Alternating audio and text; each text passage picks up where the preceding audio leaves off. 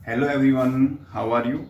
आई hope सभी ठीक होंगे, अच्छे होंगे, तंदुरुस्त होंगे, अपने घर पे सेफ होंगे और पढ़ भी रहे होंगे। लास्ट वाली क्लास के अंदर हमने बात की थी रेडियाई को लेकर के, तो रेडियाई अपना कंप्लीट हो गया था। टाइप्स ऑफ रेडियाई भी मैंने करवा दिया था, ठीक है। आज जो अपने पास में जो नया टॉपिक हमारे पास में है वो है अपने पास में आयोनाइजेशन एनर्जी। आयोनाइजेशन एनर्जी के बारे में बात करते हैं। तो व्हाट इज आयोनाइजेशन एनर्जी, क्या होती है, ठीक है, उसके बारे में हम बात करते हैं। तो आयोनाइजेशन एनर्जी का टर्म क्या है और होती क्या है आयोनाइजेशन एनर्जी। ये कहता है कि किसी भी gaseous isolated gaseous atom, isolated gaseous atom कोई अपने पास में है, मतलब ये एटम है किस फॉर्म में है, आइसोलेटेड फॉर्म में है, गैसियस फॉर्म में है।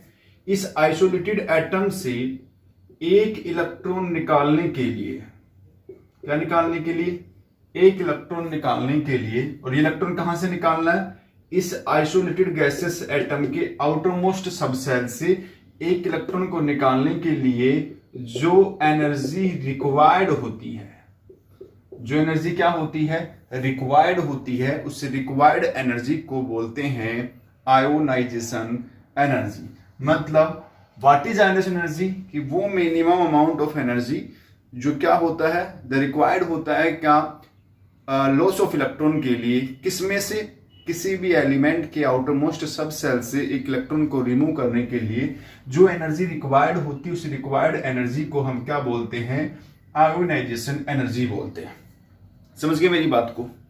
अब ये कहता है कि सर आयोनाइजेशन एनर्जी का अगर मैं रिलेशन अगर देखना चाहूं तो किसके रेस्पेक्ट में आयोनाइजेशन एनर्जी घटती है और किसके रेस्पेक्ट में आयोनाइजेशन एनर्जी बढ़ती है, उसके बारे में हम और बात कर लेते हैं। मतलब समझ में आ गया होगा कि ये कोई आइसोलेटेड गैसियस एटम था, इस आइसोलेटेड गैसियस एटम के आउटर मोस्ट से एक इलेक्ट्रॉन को रिमूव करने के लिए जो एनर्जी रिक्वायर्ड होता है, उस रिक्वायर्ड एनर्जी को हम क्या बोलते हैं, आयोनाइजेशन एनर्जी बोलते हैं।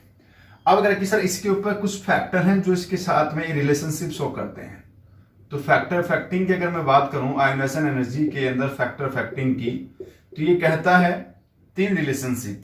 वो सर एक, जिसका एटॉमिक साइज जितना ज्यादा होगा उसकी आयोनाइजेशन एनर्जी उतनी ही कम होगी। समझे क्यों होगी, बताऊंगा मैं आगे। दूसरा, जो एटम शिल्डिंग इफेक्ट शो करेंगे, जो एटम शिल्डिंग या शिल्डिंग का दूसरा नाम होता है स्क्रीनिंग इफेक्ट, जो एटम्स ऑफ एलिमेंट शिल्डिंग या स्क्रीनिंग इफेक्ट शो करेंगे उनकी आयोनाइजेशन एनर्जी जो होती है वो भी क्या होगी, कम होगी। मतलब इससे क्लियर होगा कि शिल्डिंग का मतलब है कि कहीं ना कहीं किसी भी तरीके से एटॉमिक साइज क्या हो रहा है, इंक्रीज हो रहा है। तीसरा जो रिलेशन अपने पास में है वो है न्यूक्लियर चार्ज का। अगर किसी भी स्पीशीज का एक दूसरे के रेस्पेक्ट में अगर न्यूक्लियर चार्ज अगर ज्यादा है तो उसकी आयोनाइजेशन एनर्जी उतनी ही क्या होगी, ज्यादा, क्योंकि आप अच्छे से जानते हैं कि न्यूक्लियर चार्ज बढ़ने की वजह से जो एटॉमिक साइज है वो घट जाता है और इस वजह से इंटरेक्शन बढ़ता है न्यूक्लियस और आउटरमोस्ट इलेक्ट्रॉन के बीच में। तो वहां पर इलेक्ट्रॉन को निकालने के लिए क्या चाहिए होगी, आपको एनर्जी रिक्वायर्ड होगी। तो ये तीन रिलेशनशिप यहां पर बात करते हैं। तो उसमें हम सबसे पहले बात कर लेते हैं एटॉमिक साइज का। तो भाई मैं with respect to group and period के रेस्पेक्ट में जब इसका ट्रेंड समझाऊंगा तब बताऊंगा मैं। तो पहले हम ये चीज समझ लेते हैं कि व्हाट इज शिल्डिंग या स्क्रीनिंग इफेक्ट होता क्या है। सर शिल्डिंग या स्क्रीनिंग इफेक्ट क्या होता है कि किसी भी एलिमेंट की न्यूक्लियस, कोई भी एलिमेंट अपने पास, कोई भी एलिमेंट का न्यूक्लियस,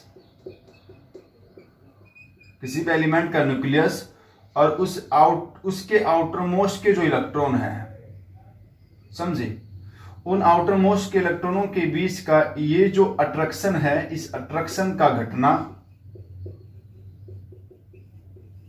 ठीक है, अट्रैक्शन का क्या होना, ये न्यूक्लियस और आउटरमोस्ट इलेक्ट्रॉन के बीच का जो अट्रैक्शन, ये क्या है, आउटरमोस्ट के इलेक्ट्रॉन है, आउटरमोस्ट इलेक्ट्रॉन है, इनके बीच के अट्रैक्शन का घटना, समझे मेरी बात को। और अट्रैक्शन के घटने की वजह से जो इफेक्ट क्रिएट होगा उस इफेक्ट को हम क्या बोलते हैं, शिल्डिंग इफेक्ट बोलते हैं। अब सर ये अट्रैक्शन घटता क्यों है, मैं आपको दिखाता हूं। जैसे मान लो कि मेरे पास में एक ऐसा एलिमेंट है जिसके अंदर, उसके अंदर एक सब सेल K है, मतलब N1 वाला है, जहां पर N1 में कितने इलेक्ट्रॉन होते हैं सर? 2 इलेक्ट्रॉन।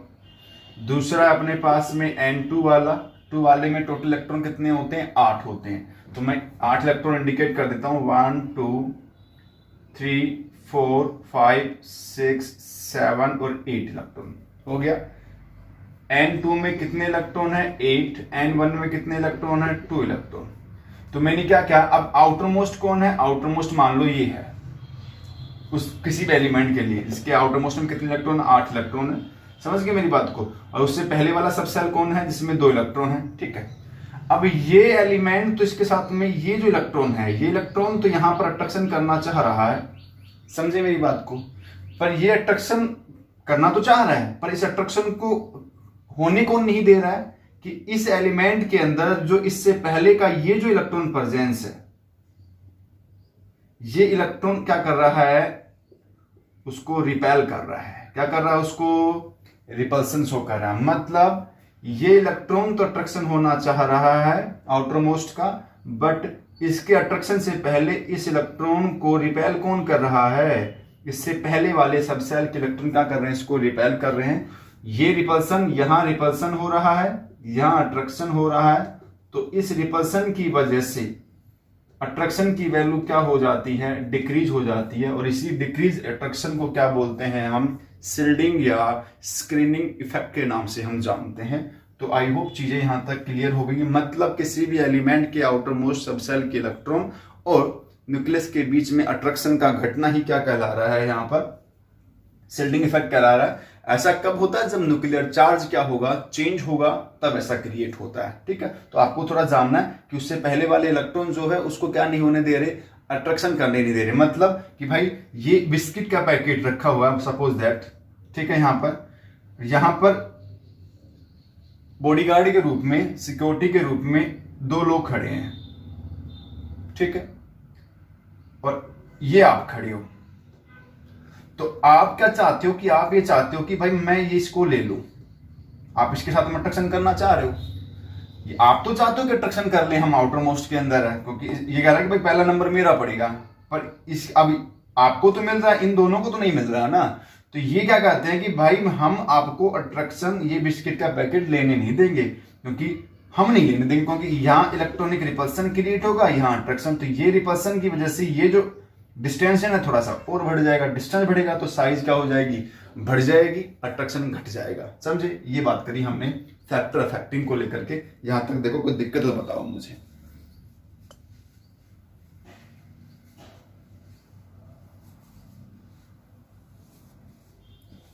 ठीक है, अब मैं बात करता हूं यहां पर ट्रेंड्स के बारे में।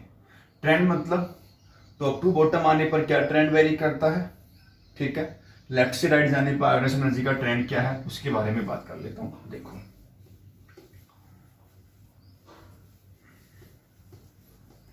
किसके बारे में बात कर रहे हैं सर? ट्रेंड्स के बारे में। ट्रेंड पहला है विद रेस्पेक्ट टू ग्रुप। तो विद रेस्पेक्ट टू ग्रुप अगर हम देखते हैं, इधर देखना, तो ग्रुप मतलब हो गया टॉप टू बॉटम, ठीक है। टॉप टू बॉटम आने पर क्या हो रहा है sir? Number of cell increase हो रहे हैं। नंबर ऑफ सेल अगर इंक्रीज हो रहा है तो न्यूक्लियस और आउटर मोस्ट सेल के इलेक्ट्रॉन इन बिटवीन अट्रैक्शन क्या हो रहा है सर? डिक्रीज हो रहा है। और अट्रैक्शन अगर डिक्रीज है, अगर वीक है, तो कॉमन सी बात है वहां पर इलेक्ट्रॉन को निकालने के लिए जो आयोनाइजेशन एनर्जी होती है वो भी क्या हो जाएगी सर? घट जाएगी, ऊपर से नीचे आने पर। समझ गए? जो न्यूक्लियस से जितना ज्यादा दूर होगा इलेक्ट्रॉन, उसके बीच में अट्रैक्शन उतना ही वीक होगा, और वहां से इलेक्ट्रॉन आसानी से क्या हो जाएंगे? रिमूव हो जाएंगे। ये तो था विद रेस्पेक्ट टू ग्रुप। दूसरा ट्रेंड अपने पास में है विद रेस्पेक्ट टू पीरियड की बात करता है। विद रेस्पेक्ट टू पीरियड का मतलब सर, अगर मैं लेफ्ट से अगर राइट की बात करता हूं, तो लेफ्ट से राइट जाने पर सर न्यूक्लियर चार्ज इंक्रीज हो रहा है, न्यूक्लियर चार्ज बढ़ेगा तो न्यूक्लियस और आउटर मोस्ट सेल के इलेक्ट्रॉन के बीच में इन बिटवीन अट्रैक्शन क्या होगा सर, इंक्रीज होगा। और अट्रैक्शन अगर इंक्रीज है तो इंक्रीज वाले अट्रैक्शन में अगर इलेक्ट्रॉन निकालना है तो वहां पर आपको ज्यादा अमाउंट ऑफ आयोनाइजेशन एनर्जी क्या होगी, रिक्वायर्ड होगी। मतलब आयोनाइजेशन एनर्जी क्या होगी सर, इंक्रीज होगी लेफ्ट से राइट जाने पर। तो यहां बढ़ेगी और यहां पर घटने का काम होगा। आई होप चीजें यहां तक क्लियर हो गई होंगी आपको। एक चीज मैं और बता देता हूं आपको, जो ग्रुप नंबर 18 है, मतलब जो नोबल गैस जो होती है ना, नोबल गैस या इनर्ट गैस, उनकी आयोनाइजेशन एनर्जी जो होती है वो वेरी हाई होती है। ऐसा क्यों होता है? बिकॉज उनमें क्या होता है सर, स्टेबल इलेक्ट्रॉनिक कॉन्फ़िगरेशन होने की वजह से इंटरेक्शन मजबूत होगा। इंटरेक्शन मजबूत होगा तो वहां पर आयोनाइजेशन एनर्जी का वैल्यू क्या होगा, हाई। नोबल गैस का आयोनाइजेशन एनर्जी हमेशा क्या होता है सर, ज्यादा होता है। समझ गए मेरी बात को? तो ये इसका थोड़ा सा आपको ध्यान रखना है नोबल गैस को लेकर के। तो आई होप चीजें यहां तक क्लियर हो गई होगी। अब एक टर्म अपने पास में और है आयोनाइजेशन एनर्जी से रेस्पेक्ट में, क्या है वो सर, सक्सेसिव आयोनाइजेशन एनर्जी। मतलब क्या है, अगर किसी एक ही एलिमेंट से अगर एक ही इलेक्ट्रॉन निकालना तब तो ये वाला टर्म यूज होगा। बट अगर किसी एक ही एलिमेंट से अगर एक से ज्यादा अगर इलेक्ट्रॉन निकालने हैं तो वहां पर आपको सक्सेसिव या स्टेप वाली एनर्जी रिक्वायर्ड होती है। वो मैं समझाता हूं आपको, देखना। ठीक है, देखो यहां पर नेक्स्ट टर्म अपने पास में है क्या लेकर के सर, नेक्स्ट टर्म है सक्सेसिव। ठीक है, सक्सेसिव आयोनाइजेशन एनर्जी। तो क्या होती है, और किसी भी एलिमेंट से, गैसेस एलिमेंट से मोर देन 1 इलेक्ट्रॉन लॉस करने के लिए जो रिक्वायर्ड एनर्जी होती है, उस रिक्वायर्ड एनर्जी को हम क्या बोलते हैं, सक्सेसिव आयोनाइजेशन एनर्जी।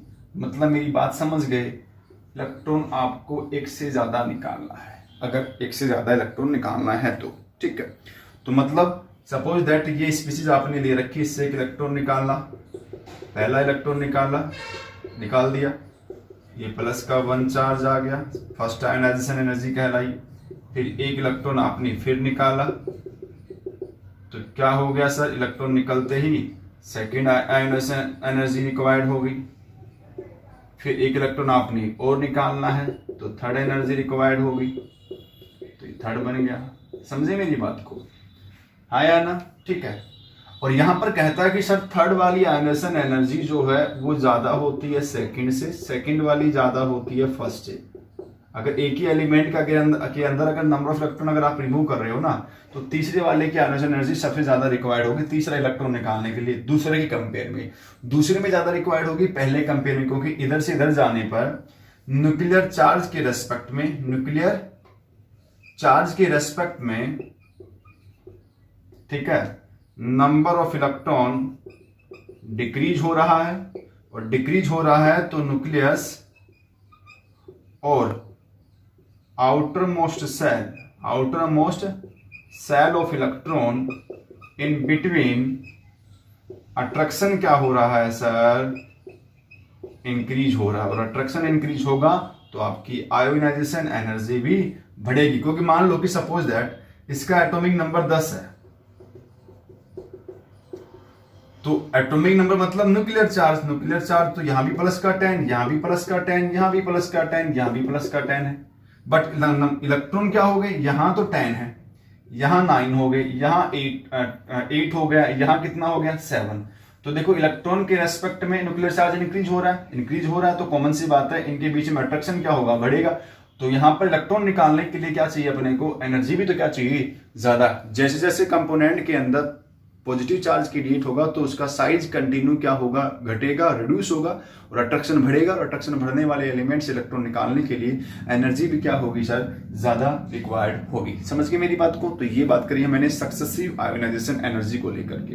अब मैं बात करता हूं कुछ एग्जाम्पल ऐसे हैं जिनके हम बात करते हैं कि फर्स्ट एनर्जी ज्यादा किसकी है, सेकंड ज्यादा किसकी है और थर्ड एनर्जी ज्यादा किसकी है, वो समझाता हूं। ठीक है, फर्स्ट मतलब पहला इलेक्ट्रॉन निकालने के लिए जो एनर्जी रिक्वायर्ड, सेकंड मतलब कि पहला तो इजीली निकल गया पर दूसरा इलेक्ट्रॉन निकालने के लिए ज्यादा एनर्जी रिक्वायर्ड है। थर्ड मतलब पहला और दूसरा इलेक्ट्रॉन तो इजीली निकल गया पर थर्ड इलेक्ट्रॉन निकालना है तो आपको और ज्यादा एनर्जी रिक्वायर्ड होगी।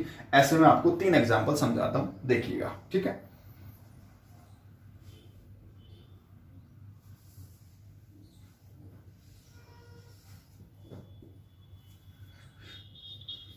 ठीक है, तो अब बात कर लेता हूं ऐसे 3 एग्जांपल को लेकर के क्या क्या है देखते हैं। वो सर पहला अपने पास में है फर्स्ट एनर्जी। फर्स्ट ये कहता है कि सर नाइट्रोजन की ज्यादा होती है ऑक्सीजन के कंपेयर में। क्यों सर? वो सर ये देखो, ये होता है 2s का 2, 2p का 3, ये होता है 2s का 2, 2p का 4। तो मतलब इसका ये जो p होता है ये होता है सर इसका हाफ फील्ड, इसका p जो होता है वो होता है सर इनकम्प्लीट फील्ड। आप अच्छे से जानते हो कि किसी भी एलिमेंट का अगर सब सेल अगर फुली फिल्ड है तो सबसे ज्यादा स्टेबिलिटी उसमें होगी। अगर ऑर्डर अगर आप लिखते हो तो फुली फिल्ड की सबसे ज्यादा, हाफ फील्ड स्टेबल, और फिर इनकम्प्लीट जो फील्ड होता है वो सबसे कम स्टेबल। तो ये हाफ फील्ड है, ये कैसा है सर, फुली फिल्ड। तो सर ये हाफ फील्ड होने की वजह से due to the presence of extra stability character, ठीक है, एक्स्ट्रा स्टेबिलिटी करैक्टर होते हैं, इस वजह से कंपोनेंट का आयोनाइजेशन एनर्जी भी क्या होता है सर, ज्यादा होता है। सेकंड एनर्जी की अगर मैं बात करूं, वो सेकंड ज्यादा किनकी होती है, वो सर सेकंड सर कॉपर की, क्रोमियम की और कॉपर की सर, क्रोमियम और कॉपर। क्रोमियम का एटॉमिक नंबर 24, कॉपर का 29, इसका कॉन्फ़िगरेशन AR18, ठीक है, और 4s का 2, 3d का 4s का 1, 3d का क्या होता है सर 5, इसका AR18, 4s का क्या होगा सर 1, 3d का 10। तो इसका d हाफ फील्ड है, इसका d क्या है सर फुली फील्ड है।